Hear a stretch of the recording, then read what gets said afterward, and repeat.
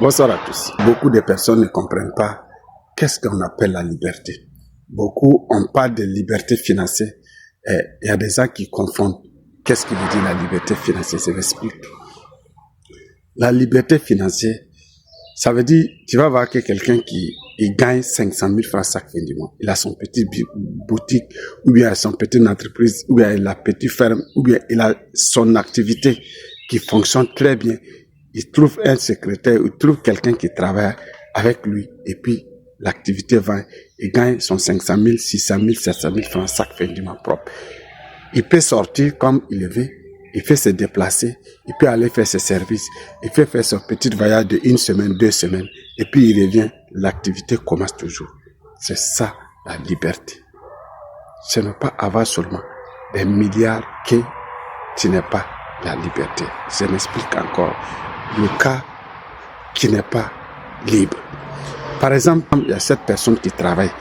Il travaille chez un DG, ou bien il travaille chez un ingénieur, chez un chef de chantier, chez un DG, qui travaille dans une entreprise. Tu gagnes 5 millions, ou 2 millions, ou 3 000 euros chaque fin du mois. Mais, tu n'as pas cette liberté. Pourquoi? Parce que c'est le patron qui décide. Le directeur décide comment tu dois te sortir dans cette entreprise. À quelle heure tu viens? À quelle heure tu dois sortir? Quel moment tu pars dans le férié? Ton jour de off, il doit te donner le jour de off, tu veux son jour de off. Il peut changer comme il le veut. Le salaire même qu'il te donne chaque fin du mois. Et quand tu gagnes le 5, il peut dire, ok, chaque le 5, tu gagnes ton salaire.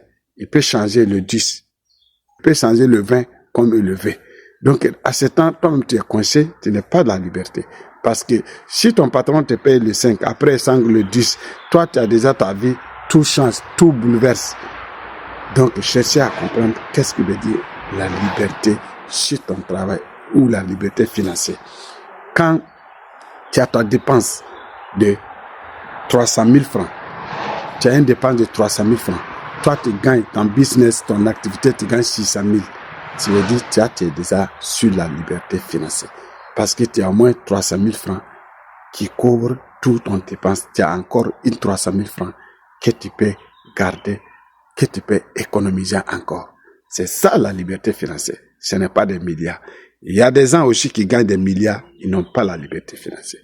Parce que cette dépense vaut, il gagne 1 milliard, cette dépense va 1,5 milliard. Donc lui-même, il n'est pas libre. Il est endetté sur le coup.